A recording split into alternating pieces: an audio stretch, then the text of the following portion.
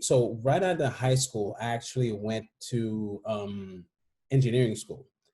And then from engineering school, I realized that it was definitely not for me. And I was able to finally convince my very strict Caribbean parents that I'm not going to be a lawyer, doctor, and engineer. Managed to switch over to architecture. And while I was in architecture, what ended up happening was while everyone in my cohort were looking for internships and with firms, I started teaching art to high school students. So my passion for architecture started going downhill, and then teaching started going up. And that's when I decided to look into some teaching programs, and that's when I switched over to Brooklyn College, and I received my childhood education. I'm sorry, my bachelor's in education at Brooklyn College.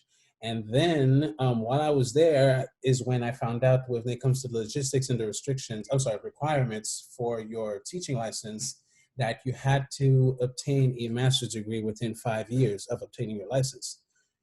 During my student teaching at Brooklyn College, I kept realizing that it's one thing to be a teacher academically, but then I needed more in terms of understanding the kids socially and emotionally. So it felt like a no-brainer for me to just go into my master's in school counseling. And since I really enjoyed my experience at Brooklyn College with my bachelor's, I figured, you know what, might as well just stay. And I love the campus. I, excuse me, love the location also with all that Caribbean food in the area.